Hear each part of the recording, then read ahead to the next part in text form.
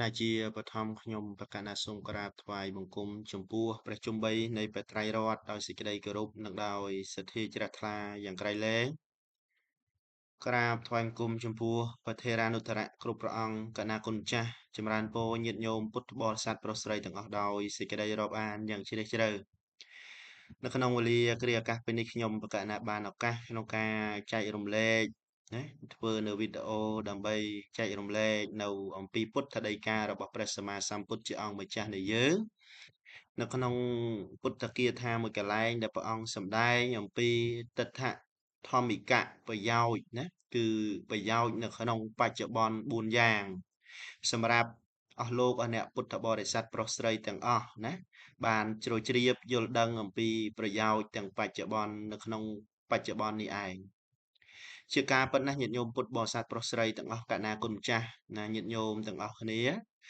យើងរស់នៅអាស្រ័យទៅបានដោយ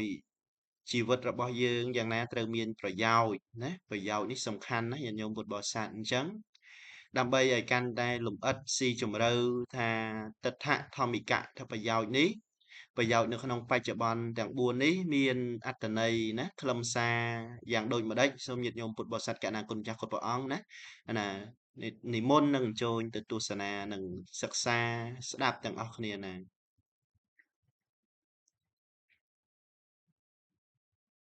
នៅក្នុងទិដ្ឋធម្មិកថាប្រយោជន៍4ទី1ព្រះសម្មាសម្ពុទ្ធជាអង្គម្ចាស់បរមគ្រូនៃយើងព្រះអង្គសម្ដែងអំពីឧទ្ធានសម្បទា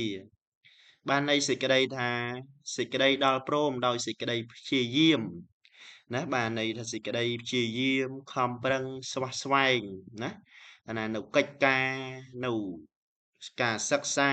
នៅអ្វីជាដើមដែលជាប្រយោជន៍សម្រាប់យើងនឹងព្រះសម្មាសម្ពុទ្ធព្រះអង្គសម្ដែងថាឧទ្ធានសម្បទាណាសេចក្តីព្យាយាមខំប្រឹងណាឬមួយថាយើងខំប្រឹងរៀនណាខំប្រឹងរកជាដើមនោះលោកឲ្យឈ្មោះថាឧទ្ធានសម្បទាអាណាយើងមិនអាចធ្វេសប្រហែសឬមួយក៏មិនអាចខ្ជិលខ្ជាបានទេញាតិញោមពុទ្ធបរិស័ទ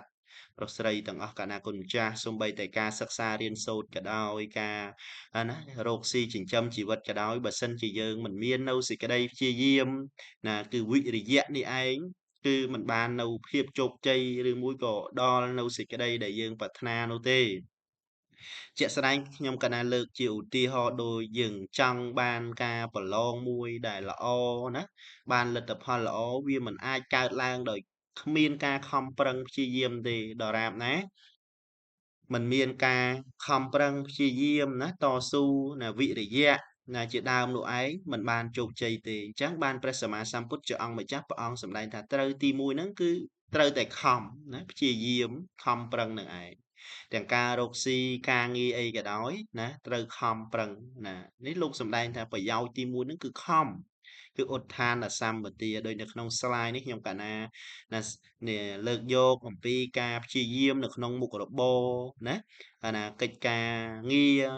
រកទ្រព្យសម្បត្តិអីជាដើមនោះដោយសុចរិតដោយមិនមានសេចក្តីនឿយហត់សេចក្តីខ្ជិលច្រអូសអីជាដើមព្យាយាមនៅក្នុងការសិក្សារៀនសូត្រណាអាណាព្យាយាមនៅមុខងារដែលបំពេញណាដូចញាតិញោមពុទ្ធបរិស័ទខ្លះលោកមានតួនាទីណាលោកមានឋានៈយស័ក្តិនៅក្នុងមន្ត្រីអីជាដើមនោះក៏ខំប្រឹងបំពេញទៅតាមមុខងាររបស់ខ្លួននេះលោកឲ្យឈ្មោះថាជាប្រយោជន៍នេះទី1ឧទ្ធានសម្បទាគឺបានដល់សេចក្តីព្យាយាមសេចក្តីខំប្រឹងទី2លោកសំដែងដែរណាតកតងជាមួយនឹងប្រយោជន៍សម្រាប់បច្ចុប្បន្នហ្នឹងគឺអរិយខសម្បទា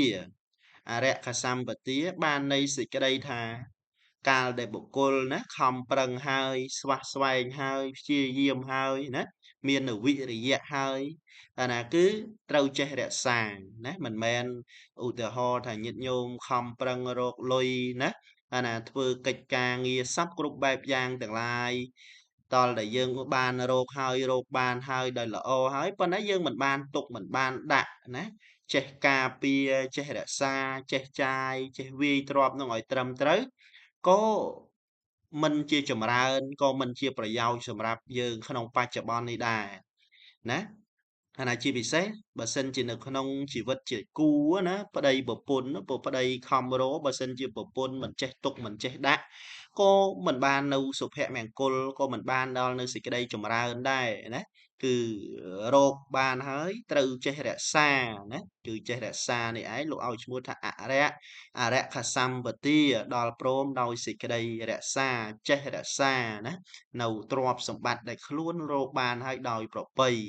ប៉ុន្តែនៅក្នុងទីនេះអាត្មាមិនបានណាលើកឡើងអំពីការដែលចាយវាយទ្រព្យដែលរកបាននឹងដោយរបៀបណាទេប៉ុន្តែនៅក្នុងពុទ្ធដីការបស់ព្រះសម្មាសម្ពុទ្ធព្រះអង្គមានសម្ដែងជាមើលបានឱកាសក្នុងคลิปវីដេអូក្រោយៗទៀតអាត្មានឹងលើកយកនៅពុទ្ធដីការបស់ព្រះអង្គដែលសម្ដែងអំពីការចាយវាយទ្រព្យនឹងត្រូវចាយរបៀបម៉េចអាត្មានឹងធ្វើជាវីដេអូបន្តទៀតប៉ុន្តែនៅក្នុងទីនេះលោកសម្ដែងអំពីប្រយោជន៍នៅក្នុងបច្ចុប្បន្នអញ្ចឹងញាតិញោមដឹងហើយទី1ឧទ្ធានសម្បទាដល់ព្រមដោយសេចក្តីព្យាយាម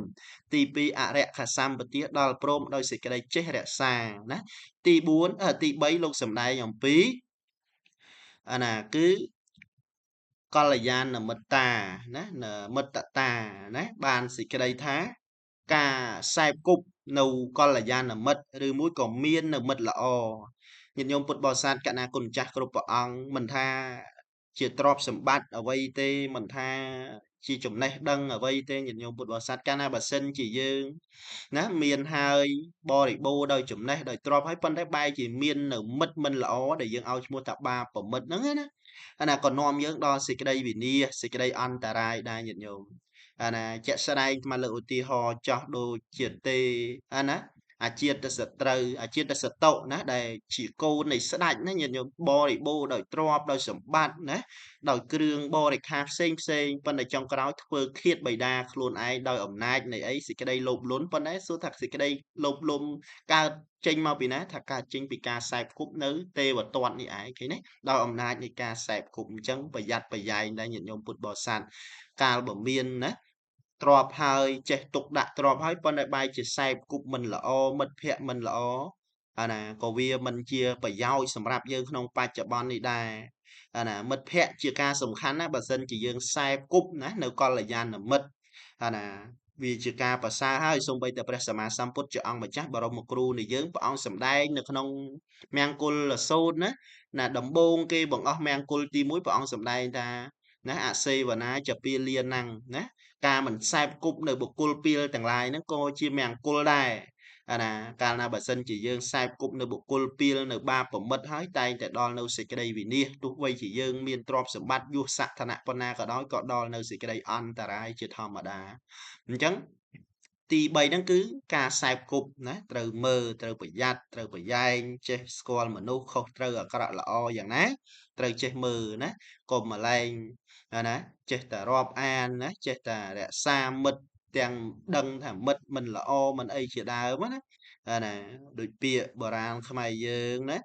អាណាឈើកោងវល់ព្រាត់វល់ពាត់មនុស្សខ្ចាត់ព្រាត់កុំយកខ្លួនបៀតអីជាដើមនោះលោកចង់បញ្ជាក់ថាអញ្ចឹងអាការសែបគប់នឹងបើសិនជាមនុស្សមិនមានប្រភពច្បាស់លាស់មនុស្សមិនល្អទេលោកកុំឲ្យយកខ្លួនទៅបៀតណាព្រោះវានាំអន្តរាយដល់យើង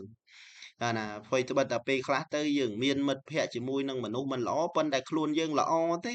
ប៉ុន្តែយើងដើរជាមួយនឹងមនុស្សមិនល្អពេលដែលមានបញ្ហាវាអាចជាប់ជំពាក់ដោយទាំងយើងទៀតក៏មានដែរខ្មែរយើងលោកឲ្យឈ្មោះថាទូកទៅកំពុងនៅណាពេលខ្លះយើងមិនបានប្រព្រឹត្តទេប៉ុន្តែយើងធ្លាប់ដើរធ្លាប់លេងធ្លាប់រស់ធ្លាប់នៅជាមួយគ្នាវាអាចផលប៉ះពាល់នឹងមកដល់យើងដែរអញ្ចឹងគឺកល្យាណមិត្តាណាការសែបគប់នៅមិត្តល្អ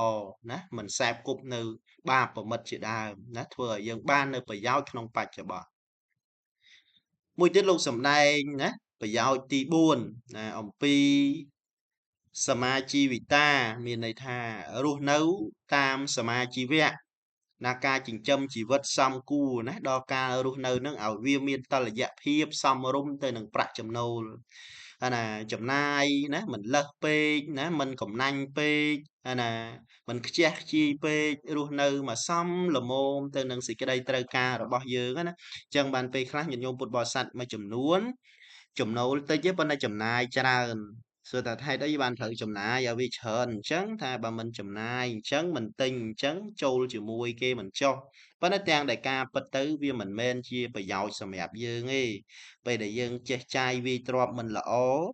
ណាវាធ្វើឲ្យផលប៉ះពាល់ហ្នឹងកើតដល់យើងអ្នកខ្លះញាតិញោមពុទ្ធបរិស័ទមើលមួយចំនួនទៅធ្វើអត្តឃាតខ្លួនឯងហក់ទឹកចងកសម្លាប់អីពេលខ្លះណាវាចង់ចំណេញពេកចឹងទៅចំណាយទៅវាហួសចំណូលចុងក្រោយបង្អស់គឺមានអីដល់នៅសេចក្តីអន្តរាយអញ្ចឹងលោកឲ្យយើងថាចំណូលចំណាយហ្នឹងឲ្យសមល្មមរស់នៅប្រកបដោយសមាជីវៈមានន័យថាឲ្យវាសមល្មមមិនលើសមិនខ្វះល្មមនឹងអាចរស់បានណាមិនកំណាញ់ពេកមិនខ្ជះខ្ជាយពេកអីជាដើមអញ្ចឹងណាអាណានេះតាក់ទងជាមួយនឹងទិដ្ឋធម្មិកៈប្រយោជន៍ណាប្រយោជន៍នៅក្នុងបច្ចុប្បន្ន4នេះឯងអញ្ចឹងអាណាសង្ខេបដោយខ្លីប៉ុណ្ណេះកណ្ណាគុណចាស់គ្រប់ព្រះអង្គញាតិញោមពុទ្ធបរិស័ទប្រុសស្រីទាំងអស់ណាខ្ញុំកណ្ណាសម្ដែងទៅនិយាយទៅណាមានការលើសលួសខ្វះខាតដោយប្រការណាមួយសូមមេត្តាខន្តីអភ័យទោសដោយសេចក្តីអនុគ្រោះណាសូមអនុមោទនា